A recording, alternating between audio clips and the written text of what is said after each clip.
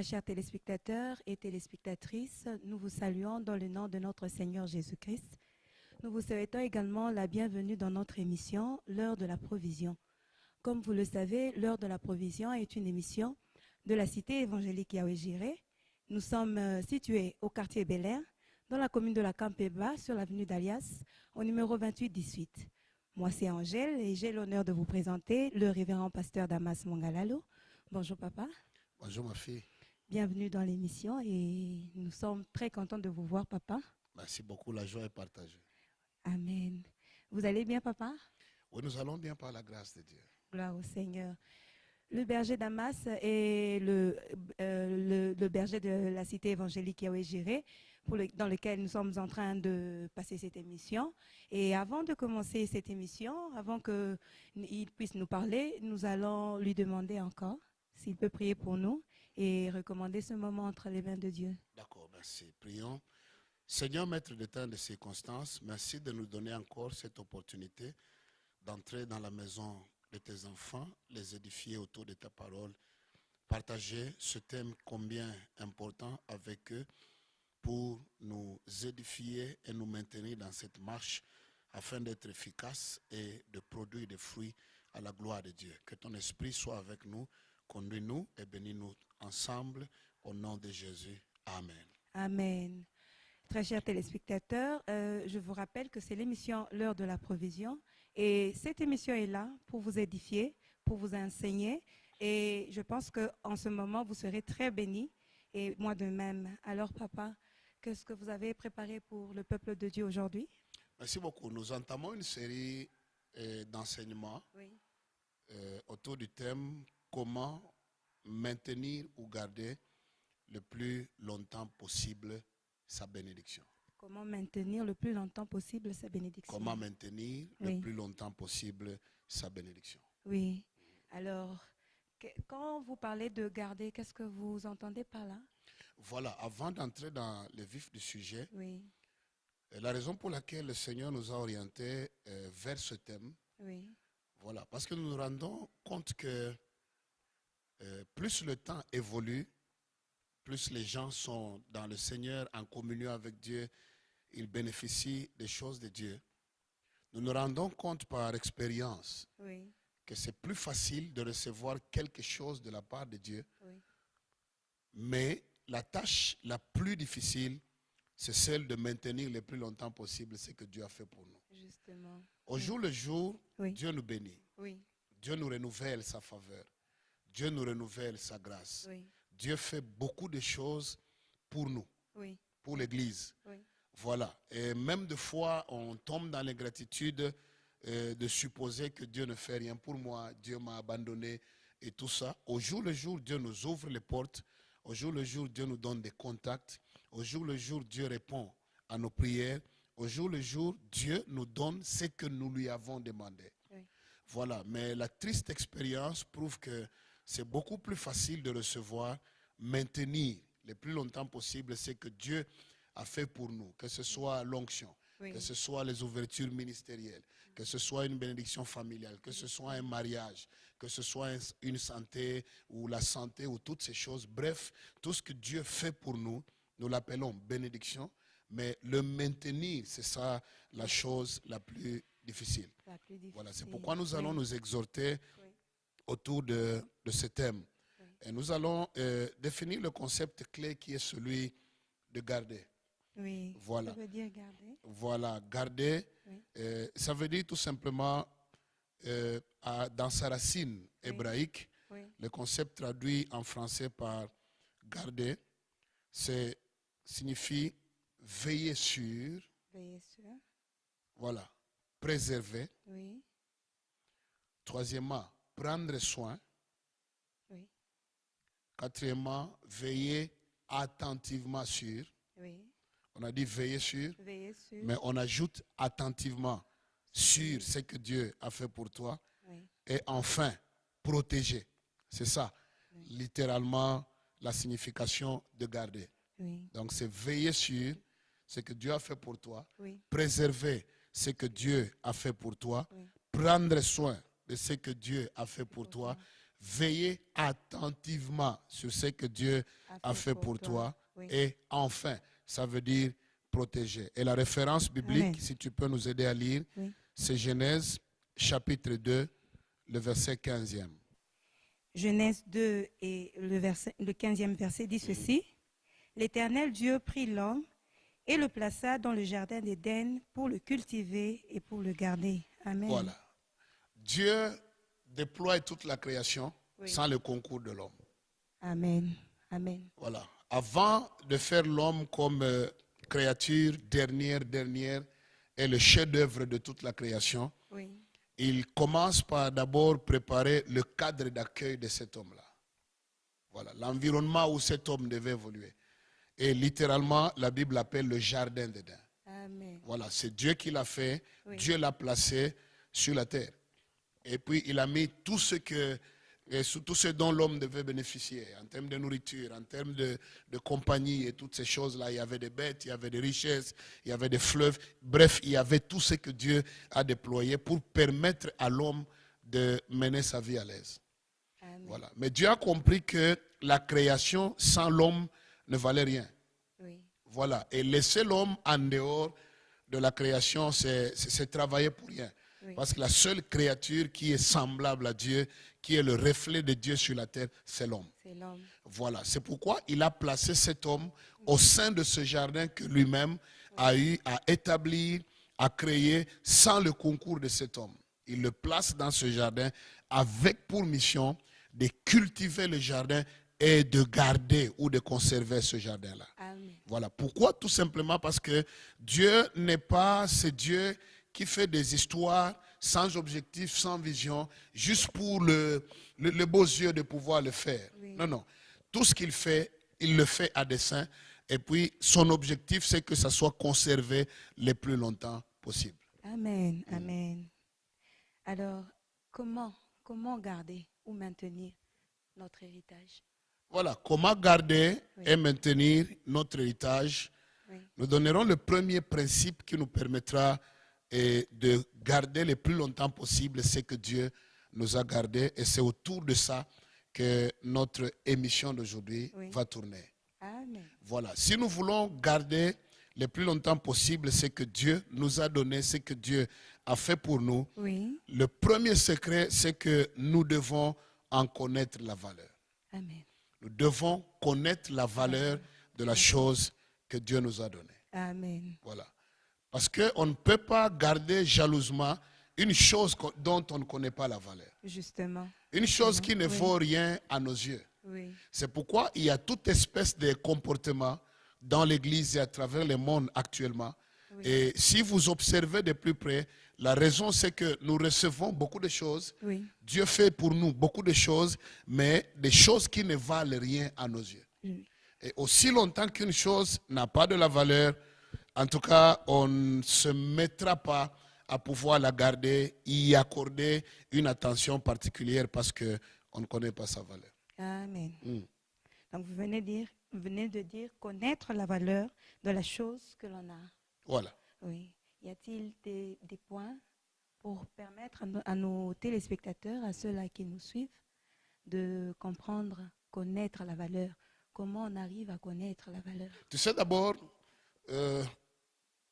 la plupart des mamans dans l'église, je ne dis pas toutes, je dis bien la plupart. Voilà.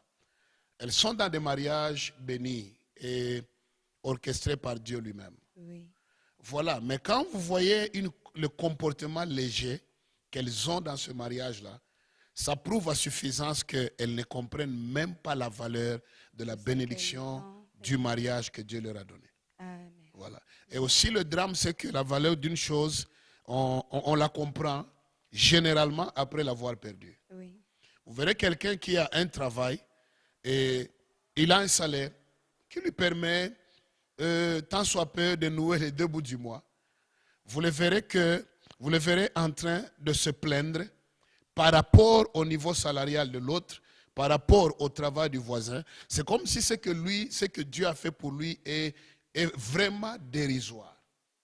Et quand il les parle, il ne fait que se plaindre. Oui. Mais alors qu'au loin, là, il y a un chômeur, quand il observe de loin, il est en train de prier que Dieu permette qu'il se retrouve là où il est. Justement. Il y a une prostituée, il y a une célibataire qui est en train de rêver que Dieu lui fasse confiance aussi un jour en lui donnant un mariage, en permettant qu'il ait un mari entre ses bras. Oui. Voilà, Oui. mais vous verrez que nous, que Dieu a bénis, nous sommes beaucoup plus négligents, superficiels par rapport à la bénédiction que Dieu nous a donnée. Oui. Alors, point n'est besoin de se poser la question de savoir pourquoi toutes ces légèretés du point de vue comportemental. Oui. Voilà. Nous voulons garder le plus longtemps possible ce que Dieu nous a donné. Nous devons premièrement connaître la valeur de la chose que Dieu nous a donnée. Amen. Voilà. Ce que Dieu fait, il ne le fait pas au hasard. C'est une bénédiction, c'est une clé, c'est une porte qui peut nous amener beaucoup plus loin. Amen. Mais si l'on ne comprend pas la valeur de ce que Dieu a fait pour nous, nous allons nous comporter bizarrement et au finish, on n'atteindra même pas les objectifs que Dieu a avec nous en ouvrant la porte et en nous donnant la bénédiction que nous avons. Amen. Je voudrais d'abord qu'on voie en premier Oui. la conception de Jésus sur un miracle. Oui. Qu'est-ce que Jésus a comme attitude, comme conception vis-à-vis du miracle? Si tu peux nous lire Marc, chapitre 6, à partir de 41 jusqu'à 44. Alors, nous lisons Marc 6, à partir du 41e verset.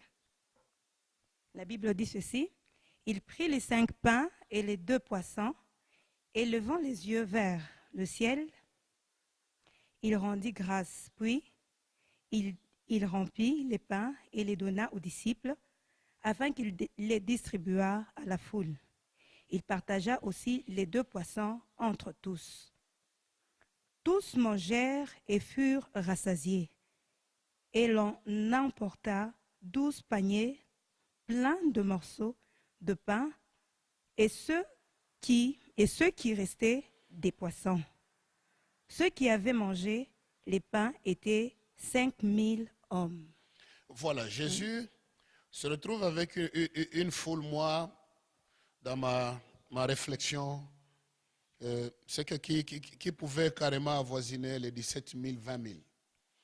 Voilà, pourquoi? Parce que la Bible précise que ceux qui avaient mangé étaient au nombre de 5 000 hommes, sans compter les femmes et les enfants. Oui.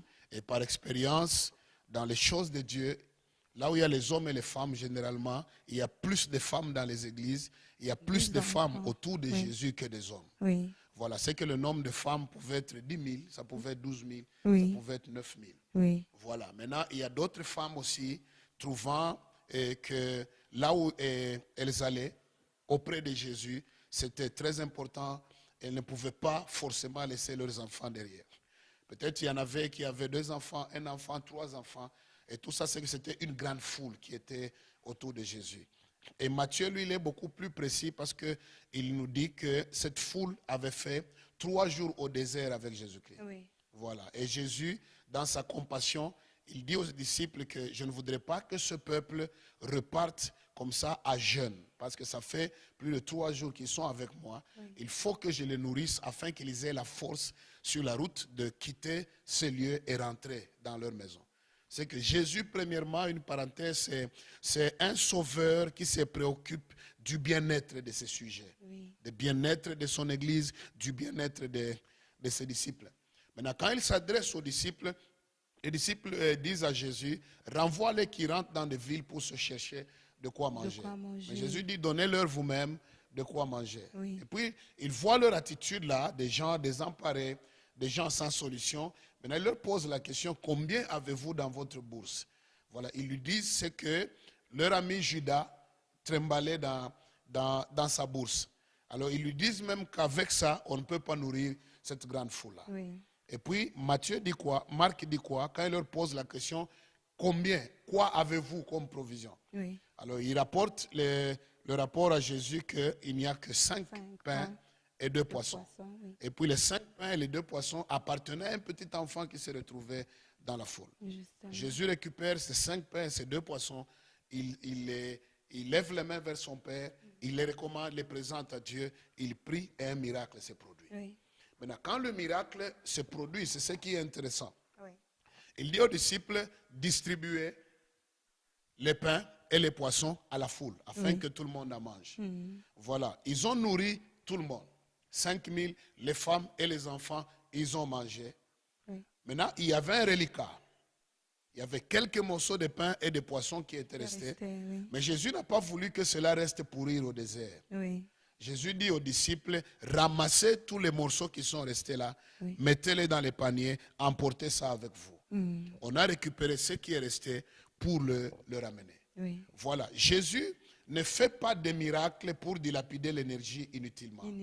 Voilà, il ne produit pas les miracles pour que, après avoir fait ce miracle-là, que nous puissions nous comporter n'importe comment.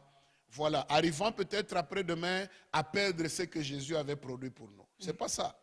Quand Dieu opère un miracle pour nous, quand Dieu nous donne quelque chose, il fait quelque chose de bon, de bien pour nous. Alors, ce que Dieu attend de nous, c'est une attitude responsable dans la gestion de ces miracles qu'il nous a donnés. Amen. Il voudrait qu'on le conserve, qu'on le garde le plus longtemps possible. Oui. C'est comme Angèle, tu es une femme. Oui. Tu vas à la maternité, tu t'accouches. Oui. Le rêve de toute femme normale après l'accouchement, c'est quoi? C'est de quitter la maternité un jour, ramener son enfant à la maison et prendre soin de son enfant jusqu'à ce qu'il va grandir et puis il peut voler de ses propres ailes. Oui. C'est ça, la vision normale. Oui. Maintenant, Jésus leur donne cette leçon en leur disant de ramasser ce qui était resté. Oui. Mais si c'était toi et moi, on allait seulement manger, nous contenter de ça et oublier l'avenir. Oui. Et on laisse le reste là pourrir. C'est pas ça la vision, la conception de Jésus pour le miracle. Jésus, quand il opère un miracle dans une vie, il attend que ce miracle-là soit conservé par cette personne le plus longtemps possible dans sa vie. Amen. Voilà, c'est là qu'on accuse les pasteurs, on accuse les prédicateurs, on blasphème le nom de Jésus à travers la ville, à travers le monde inutilement, disant que c'est des faux miracles parce que quelqu'un a eu son miracle, mais il n'a pas compris que c'est sa responsabilité première de pouvoir conserver son propre miracle. Oui, oui, donc il l'a gaspillé. Justement. Oui. Mais Jésus n'est pas là pour le gaspillage. Le gaspillage, voilà. Oui. La deuxième chose, nous allons voir l'attitude. Oui. Le deuxième personnage, c'est l'attitude de David. Okay. Vis-à-vis de la bénédiction familiale, oui. Vis-à-vis de miracles qui s'étaient produits, de la bénédiction que Dieu leur avait donnée. Oui. Voilà, c'était un peuple pasteur, fils d'Isaïe, qui avait un troupeau. Et lui, David, c'était le gardien de ce troupeau en brousse. Lis-nous 1 Samuel, chapitre 17, le verset 34. 1 Samuel 17, 34 dit ceci.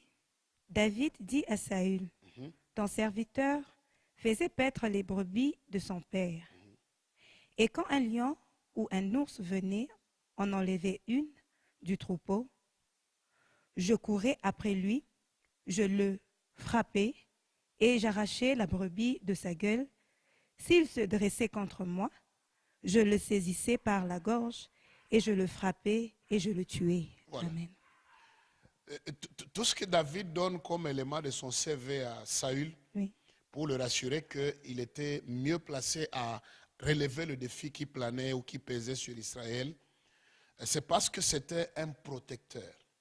David était un gardien, David était un protecteur. Du troupeau. Oui.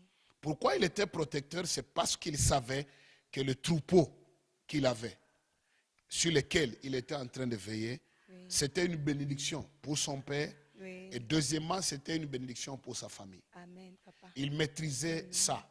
Au point que quand un danger surgissait, notamment un loup, notamment un ours, ne parlons pas des serpents et toutes ces choses-là, quand il y avait un danger qui guettait ce troupeau-là, David était protecteur du troupeau parce qu'il en savait la valeur. Amen. Il savait ce que ce troupeau représentait pour lui. Oui. Voilà. Et David savait se battre, s'exposer au danger, prendre le risque et payer le prix pourvu que le troupeau de son père, la bénédiction familiale, l'héritage familial ne soit pas ravi par qui que ce soit. Oui. C'est pourquoi, face au danger, il savait défendre les troupeaux qu'il avait. Oui. Voilà.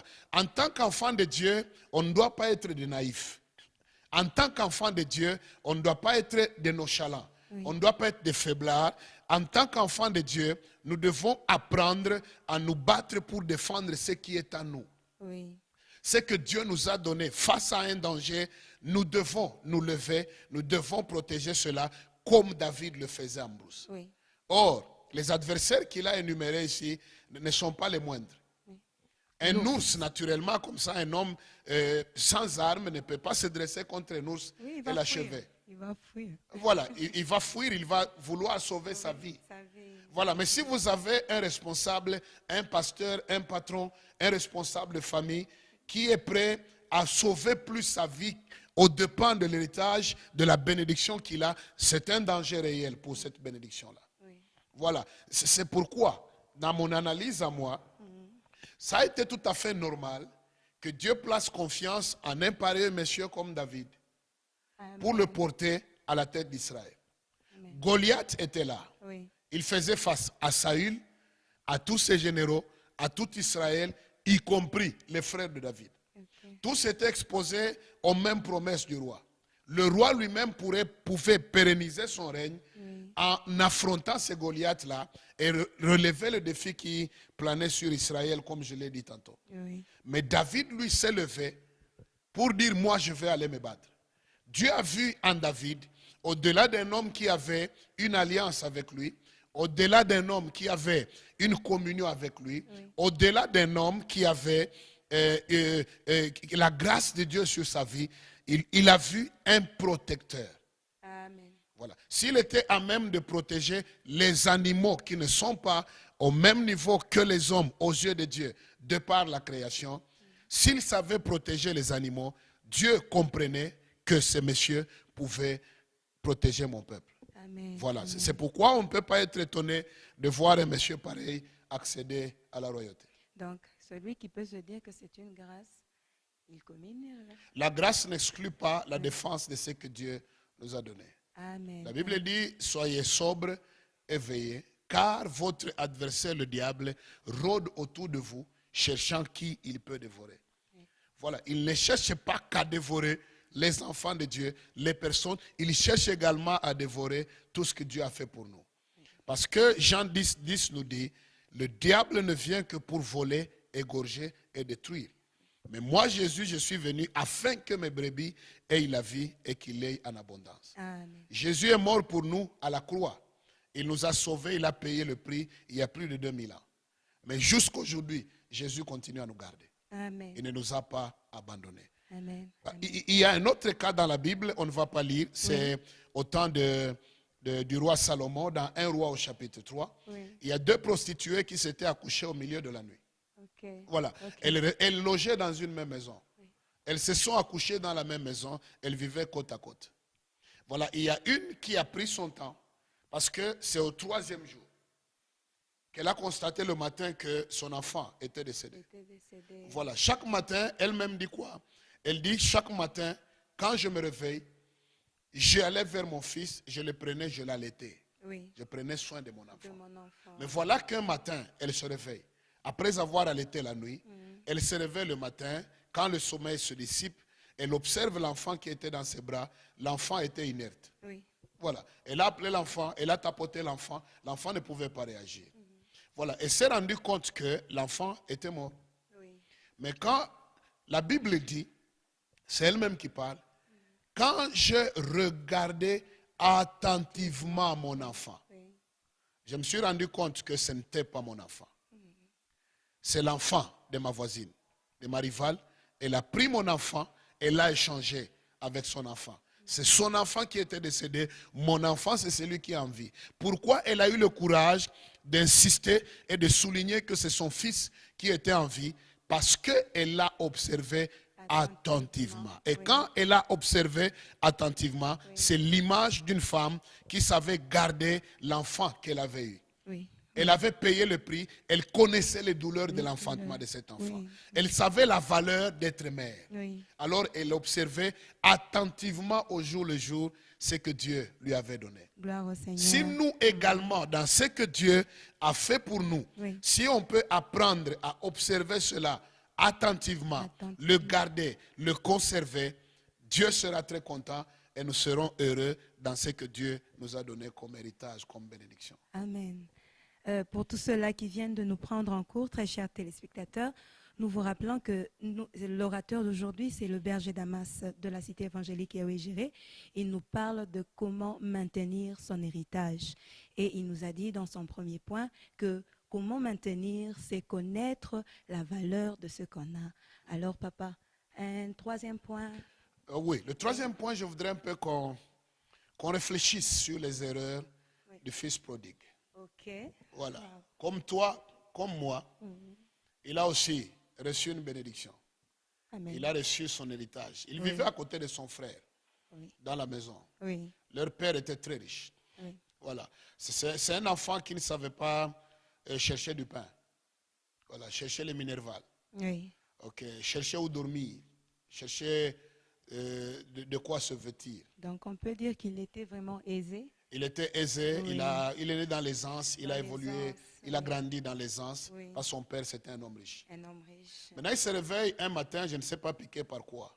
Okay. Il va voir son père et lui dit, donne-moi la part de l'héritage qui me revient. Oui. Je voudrais en jouir moi-même pendant que je suis encore en vie. Voilà. Mais or, l'héritier, en principe, l'héritage, il ne devait l'avoir que par succession, après la mort de son père. Voilà. Mais lui arrive, il suit tous. Il va voir son père. Il dit, donne-moi la part de bien qui me revient. Okay. Je vais aller en faire ce que je veux. Voilà.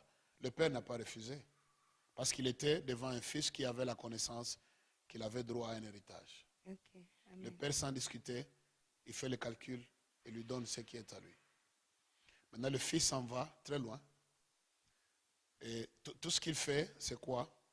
Il le gère en dilapidant cela dans la débauche. Voilà. Peut-être qu'il enviait des amis quand il grandissait. Voilà, qui fréquentaient des prostituées. Voilà, qui se livraient à la mauvaise vie. Alors peut-être qu'il enviait des gens comme ça. Il cherchait aussi une occasion pour aussi imiter ce que ses amis faisaient. Alors il est allé.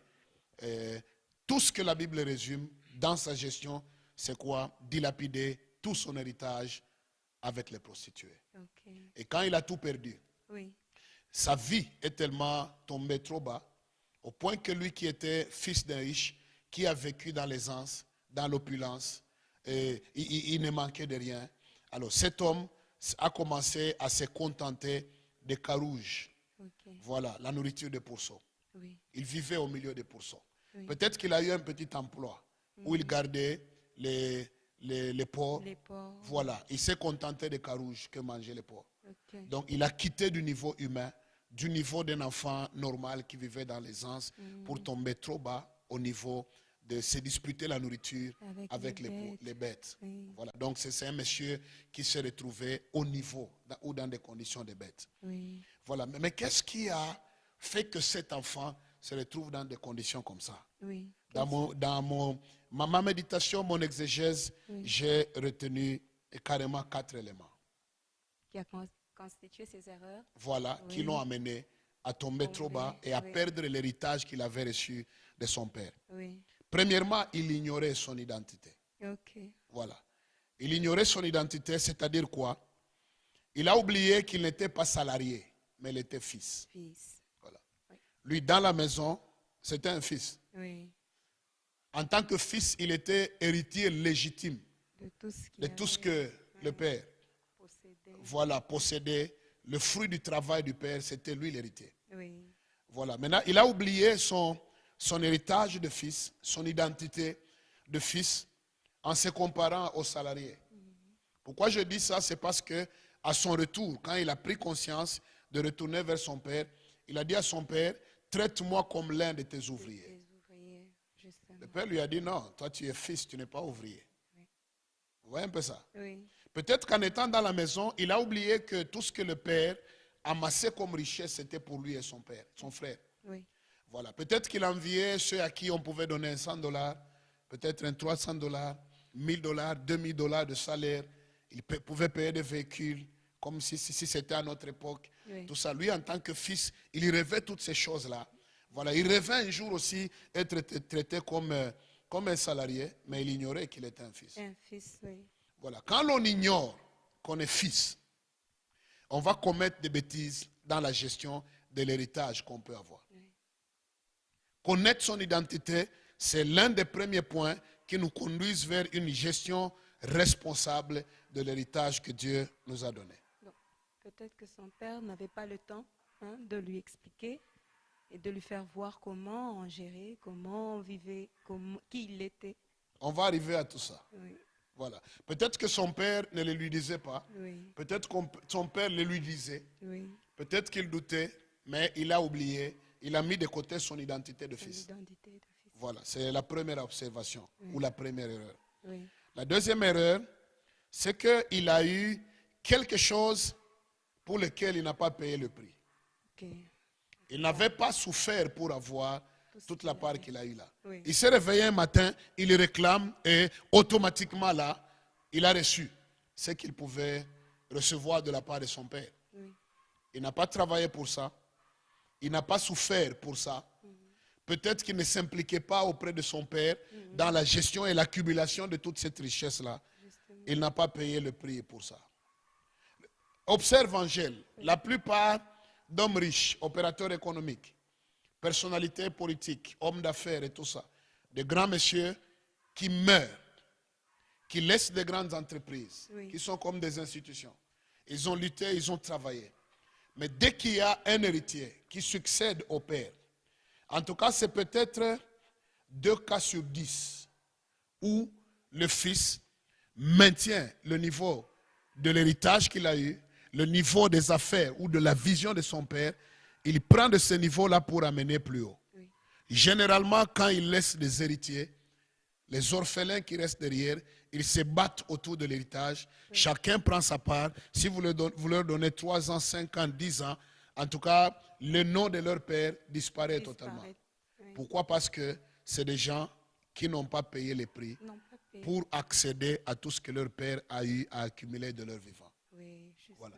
Un conseil gratuit. Oui. Tu as un père qui est dans le ministère, tu as un père qui est dans les affaires, tu as un père, bref, qui fait ceci, qui fait cela. Il a un nom, il est en train de réussir dans tout ce qu'il fait. Toi, en tant que fils, ne t'isole pas des activités de ton père. Implique-toi dans ces activités-là. C'est là que tu pourras pérenniser ces activités quand le père ne sera pas là. Amen. Ou si le père te faisait confiance de son vivant, il te confie une portion des activités qu'il est en train de faire, tu sauras gérer parce que tu auras été impliqué dans le processus de l'accumulation de toutes ces richesses-là. Maintenant, le fils, lui, il a seulement eu un gain facile. Il n'a pas payé le prix, il n'a pas travaillé pour ça. C'est que c'est tout à fait naturel qu'il arrive à le perdre. Justement. Des fois, nous recevons de grandes choses de la part du Seigneur, mais si l'on n'a pas payé le prix, la gestion responsable, la conservation pratique sera très très difficile. Justement. C'est la deuxième observation ou erreur. La troisième erreur, c'est que il n'avait pas une vision claire, une vision normale des choses qu'il demandait à son père. Oui. Voilà. La vision, elle est très, très importante. Okay. Quand nous demandons des bénédictions à Dieu, quelle est la vision qu'on a avec cette bénédiction? Les enfants dans l'église, les bébés spirituels, eux, ils s'inspirent tout simplement par ceux qui arrivent à leurs voisins. Oui. Une personne se marie à côté, moi aussi, Seigneur. Moi aussi. Voilà. Une personne a du travail aujourd'hui, Seigneur, moi aussi. Mais maintenant, le travail que tu demandes, quelle est la vision que tu as pour ce travail-là? Tu demandes ce travail pourquoi?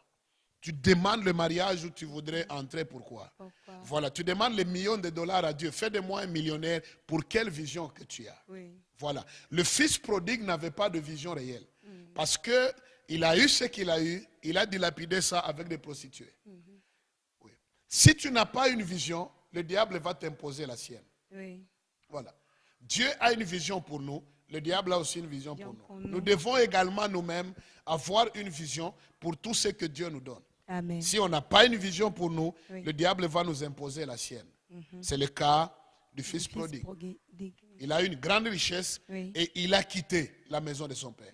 Quand il a quitté, il est parti. Le diable lui a imposé sa vision en l'inspirant de pouvoir gérer ça en se réjouissant avec les prostituées. Mais or, ce fils, avec ce qu'il a eu, il pouvait investir dans un autre secteur d'activité ou le même secteur d'activité que son père si il en avait la vision. Oui. Sans vision, on ne peut pas garder tout ce que Dieu est en train de faire pour nous au jour le jour. Et le dernier point, papa? La dernière erreur de ce fils, Oui. c'est qu'il était exposé à de grandes richesses prématurément. Ok. Voilà, c'était précoce qu'il ait cet héritage-là. Ok. Voilà, ce n'était pas le temps. Il a demandé à son père.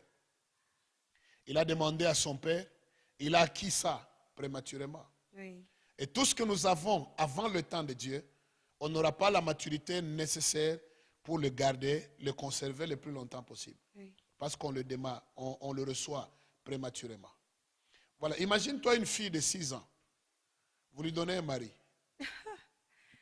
Ça, c'est grave. Voilà, ta réaction Elle là. n'a aucune idée de Voilà. ce qu'elle peut demander. Elle ne comprend rien. Voilà, ta réaction là prouve que c'est une tragédie. Oui. Elle ne comprendra rien. Oui. Elle va être là à longueur de journée en train de jouer avec ses amis qui chanteront Béa, Béa, moi Nabeti Béa. C'est grave. Voilà, elle sera en train de sauter. Justement. Voilà, quand tu attendras qu'elle lave les habits du mari, elle ne sera même pas Elle ne là. sera même pas là. Voilà, elle va pleurer à tout bout de champ. Oui. Voilà, elle ne saura pas gérer la maison parce qu'elle est enfant. Oui. Voilà. La Bible dit, aussi longtemps que l'héritier est enfant, il ne diffère en rien d'un esclave. Oui. Voilà. Tu vois, il a été exposé à ça prématurément. Et ce qu'il a acquis prématurément, sans maturité, sans jugeote, sans sens de responsabilité, il ne pouvait que tomber sur les prostituées et leur donner beaucoup d'argent. Vous voyez quelqu'un, une star, il a de l'argent, il prend une petite prostituée dans un hôtel et après la prostitution, il signe un chèque d'1 million de dollars, il donne à la prostituée. Là. Voilà, une prostituée devient millionnaire. Maintenant, Dieu lui donne tous ces moyens-là pour qu'il signe un chèque, qu'il donne 1 million de dollars à la prostituée. C'est pas ça la raison.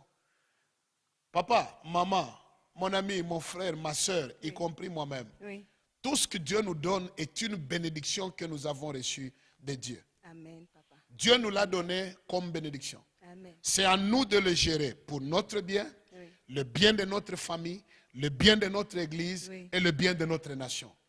Ce n'est pas à nous de nous comporter n'importe comment, de faire n'importe comment, n'importe quoi avec ce que Dieu nous a donné. C'est une bénédiction. L'argent que tu as, la destination, ce ne sont pas les prostituées, ce n'est pas le plaisir de la chair, ce n'est pas pour poser des actes, mener des actions de nature à prouver ta grandeur. Non, non. La bénédiction que Dieu nous donne, nous devons comprendre sa valeur. Et si nous comprenons sa valeur, nous allons la gérer avec sens de responsabilité et maturité. Et nous allons la garder le plus longtemps possible. Amen. En le faisant, Dieu sera content de nous avoir donné la bénédiction. Il va l'ajouter. Et deuxièmement, nous-mêmes nous serons heureux parce que nous jouirons de notre bénédiction et de son fruit le plus longtemps possible. Amen. Amen, papa. Très chers téléspectateurs, nous sommes vraiment contents de vous savoir nombreux. Nous sommes arrivés presque à la fin de notre émission et notre berger est en train de parler de comment maintenir son héritage. Et avant de terminer, un message particulier à nos téléspectateurs, à tous ceux-là qui nous suivent. Un message d'appel. À toi qui avais reçu quelque chose de la part de Dieu, un niveau donné, quel que soit le domaine, tu l'as perdu. Ce message, c'est tout simplement une interpellation pour te dire que aussi longtemps que tu es en vie, Dieu n'a pas encore fini avec toi. Et comme il n'a pas encore fini avec toi, il est un Dieu de seconde chance. Il pourra, demain ou après-demain, t'ouvrir une autre porte d'opportunité. Ce qui est important, c'est que tu retires la leçon, voilà, qui t'a conduit dans des conditions où tu es aujourd'hui. Comment as-tu pu gérer dans le temps ce que Dieu t'avait donné? Voilà, avant que Dieu ne te restaure ou avant que Dieu ne t'ouvre d'autres portes.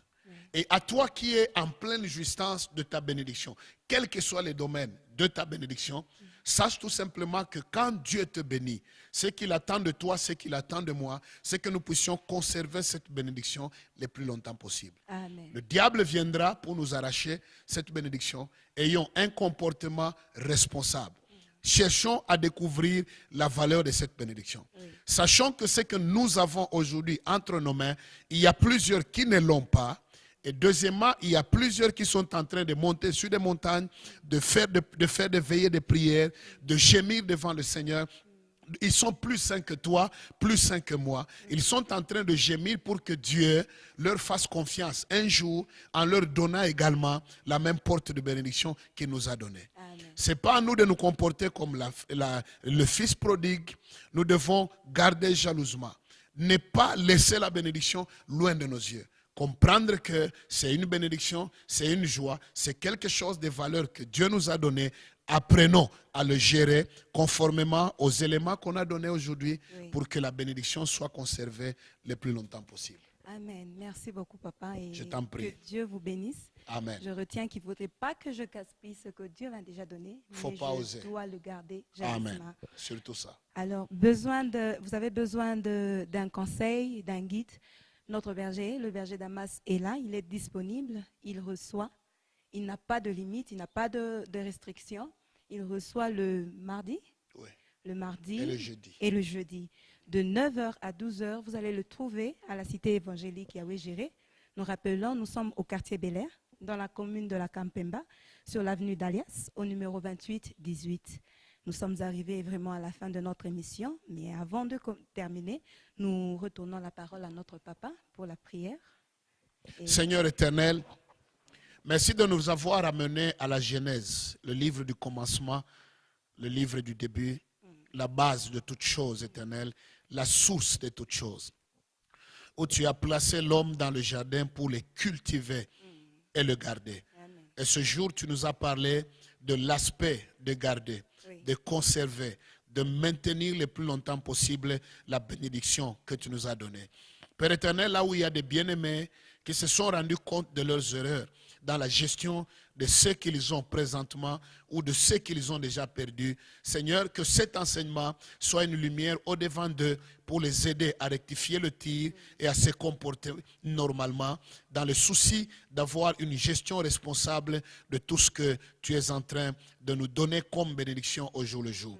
Que ta grâce soit sur nous, permet que nous puissions conserver le plus longtemps possible notre héritage et notre bénédiction.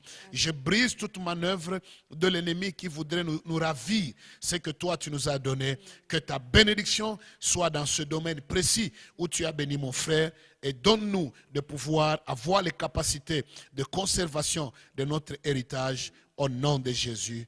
Amen. Amen.